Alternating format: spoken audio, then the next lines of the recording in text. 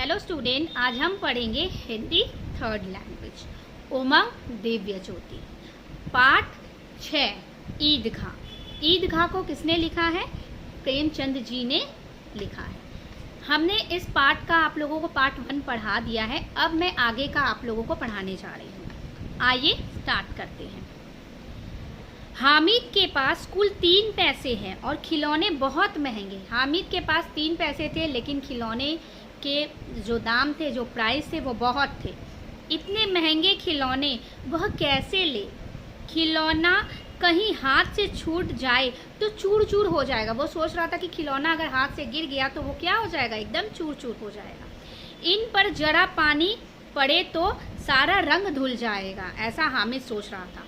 ऐसे खिलौने को लेकर वह क्या करेगा? किस काम के? ठीक है। मोहसिन, महमूद, नूरे और सम्मी अपने अपने खिलौने की तारीफ करते। वो लोग खिलौने खरीद ली थी और ख़रीद लिए थे, तारीफ कर रहे थे अपने खिलौने का। हामिद खिलौने का निंदा करता है। मिट्टी के ही तो हैं, गिरे तो चकनाचूर हो जाएंगे। हामिद उस खिलौने का क्या कर रहा था? निंदा कर रहा था और कह रहा था कि वो गिरेगा तो वो टूटकर चकनाचूर हो जाएगा। लेकिन ललचाई हुई आंखों से खिलौने को देख रहा और चाहता है कि काश जरा सी देर के लिए उन्हें हाथ में ले ले। ऐसा वो सोचता था कि काश उस खिलौने को वो थोड़ी देर के लिए अपने हाथों में ले ले। ऐसा कौन सोचता था? हामिद। उसके हाथ अनायास ही लपकते हैं, मतलब अचानक उसका हाथ लपकता है। लेकिन लड़के इतने त्यागी नहीं होते। हामिद ललचाता ही रह जाता है। खिलौने के बाद मिठाइयाँ आती है। खिलौने के बाद किसकी दुकानें थी? मिठाइयाँ की। किसी ने रेवड़िया ली तो किसी ने गुलाब जामुन तो किसी ने सोहन हलवा। सब मज़े से खा रहे थे, लेकिन हामिद नहीं खा पा रहा था क्योंकि उसके पास सिर्फ 3 पैसे थे। मिठाइयों के बाद कुछ दुकानें लोहे की चीज़ें की थी। मिठाई के दुकान के बाद लोहे की दुकान थी। ठीक है। लड़कों के लिए यहाँ कोई आकर्षण नहीं है। ठीक है। वे सब आगे बढ़ते जाते थे। हामिद लोहे के दुकान पर रुक जाता है क्योंकि वहाँ पे बच्चों की कोई काम नहीं थी, इसलिए वहाँ पे कोई बच्चों रुकता नहीं था। लेकिन हामिद उस दुकान पर रुक गया। कई चिमटे रखे हुए थे उनके दुकान में, उस लोहे की दुकान में। उसे ख्याल आया। उसी वहीं पे खड़े होकर हामिद सोचने लगा, दादी के पास चिमटा नहीं है। तवे से रोटियां उतारती है तो हाथ जल जाता है। ठीक है। अगर वह चिमटा लेकर दादी को दे दे तो वह कितनी प्रसन्न होगी, दादी कितनी खुश होगी, ऐसा हामिद सोच रहा था। फिर उनकी उंगलियां कभी नहीं जलेगी।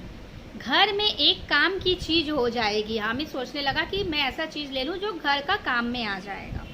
खिलौने से क्या लाभ? खिलौना लेकर क्या लाभ होगा? व्यर्थ में पैसा खराब होते हैं। व्यर्थ मतलब बेकार में पैसा खराब हो जाएगा। कुछ ही समय की तो खुशी होती है। खिलौना लेने से कुछ पल की खुशी होती है, उसके बाद वो खराब हो जाता है। फिर तो खिलौने को कोई आंख उठाकर भी नहीं देखता, ऐसा हामिद कहने लगा। चिमटा कितना काम का चीज़ है। दादी बेचारी को कहाँ फुर्सत है कि बाजार जाए, और इतने पैसे ही कहाँ मिलते हैं। रोज़ हाथ जला लेती है दादी अपना। यह सोचकर देखते हैं हामिद क्या करता है। यह सोचते सोचते हामिद ने मोल भाव करके 6 पैसे का चिमटा 3 पैसे में ही खरीद लिया। वो बाज़ार में जो लोहे की दुकान के किराए किराए नहीं, मतलब जो वहाँ के दुकानदार थे, उन्होंने कहा कि चिमटे का दाम 6 पैसा है। लेकिन हामिद के पास तो 6 पैसे थे नहीं, 3 पैसे थे। तो हामिद ने क्या किया? किसी भी तरह मोल भाव करके उस चिमटा को उसने 3 पैसे में खरीद लिया। हामिद ने चिमटे को इस तरह कंधे पर रखा मानो बंदूक है। जिस तरह कंधे पे बंदूक रखते हैं, बिल्कुल उसी तरह उस चिमटे को हामिद ने अपने कंधे पे रखा। हामिद ने चिमटे को इस तरह कंधे पे रखा मानो बंदूक है, और शान से करता हुआ साथी संगियों के पास आ गया, एकदम शान से, गर्व से। साथियों ने कहा, हामिद के जो साथियों ने कहा, यह कोई खिलौना है? उसके साथी ने कहा हामिद से, ये कोई खिलौना है। हामिद ने क्या कहा? खिलौना क्यों नहीं है? अभी कंधे पर रखा हूँ तो बंदूक हो गई। खिलौना क्यों नहीं है? ये चिमटा है तो क्या हुआ? अगर मैं कंधे पे रखा हूँ तो ये बंदूक क्यों नहीं हो गई? अभी कंधे पर रखा हूँ तो बंदूक हो गई। हाथ में ले लिया तो फकीरों का चिमटा हो गया। इसे बजाया भी जा सकता है, चिमटा को क्या किया जा सकता है, बजाया भी जा सकता है। और सबसे बड़ी बात यह है कि मेरी दादी की उंगलियां नहीं जलेगी और मुझे दुआएं भी देगी।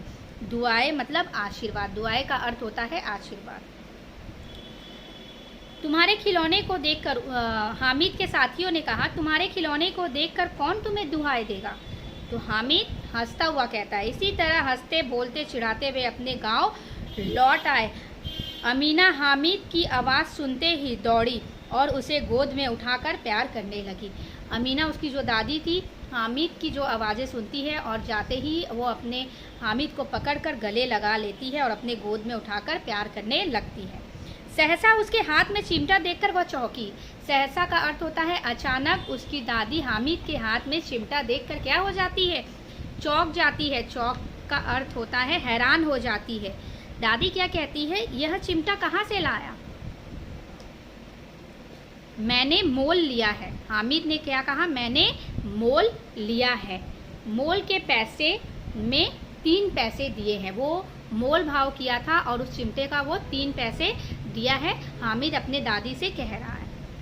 अमीना ने छाती पीट ली, मतलब अमीना ने छाती पीट ली मतलब अमीना के मतलब अंदर बहुत दर्द सा होने लगा और वो कहने लगी, यह कैसा बेसमस लड़का है कि दोपहर हो गई, ना कुछ खाया ना पिया, लाया क्या? चिमटा। दोपहर हो गया मगर वो 3 पैसे से ना कुछ खरीदा, ना कुछ खाया ना पिया, और क्या खरीद लाया? चिमटा।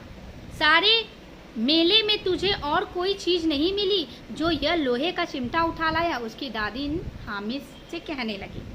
हामिद ने अपराधी भाव से कहा, तुम्हारी उंगलियां तवे से जल जाती थी इसलिए मैंने इसे लिया। दादी का क्रोध तुरंत स्नेह में बदल गया। दादी जो गुस्सा हुई थी वह किस में बदल गया? स्नेह। स्नेह का अर्थ होता है प्यार में बदल गया। कैसा बच्चा है, दूसरे बच्चों ने खिलौने और मिठाइयाँ ली होगी, इसका जी कितना ललचाया होगा, इतना जबत इससे हुआ कैसे? जबत मतलब जबत का अर्थ होता है धीरज रखना। वहाँ भी इसे अपनी बुढ़िया दादी की याद बनी रही। उसकी दादी कहती है मेले में भी, ईदगाह में भी मेले जाकर उसे उसकी बुढ़िया दादी का याद बना रहा। अमीना का मन गदगदा गया, मतलब फूलों से मतलब खुशियों से भर उठा। वह रोने लगी। वह कौन? दादी रोने लगी। दामन फैलाकर हामिद को दुआएं देती जाती थी। अपने दामन फैलाती है और अपने हामिद को दुआएं देते जाती है और आंसू की बड़ी बड़ी बूंदें गिरती जाती है। हामिद की समझ में कुछ नहीं आया। हामिद को कुछ भी समझ में नहीं आया। वह तो बस दादी को एकटक निहारता ही रह गया। निहारता का अर्थ होता है देखता ही रह गया। ओके स्टूडेंट, इस पार्ट का क्वेश्चन आंसर्स मैं आप लोगों को बता दूंगी। Okay student, bye bye, take care.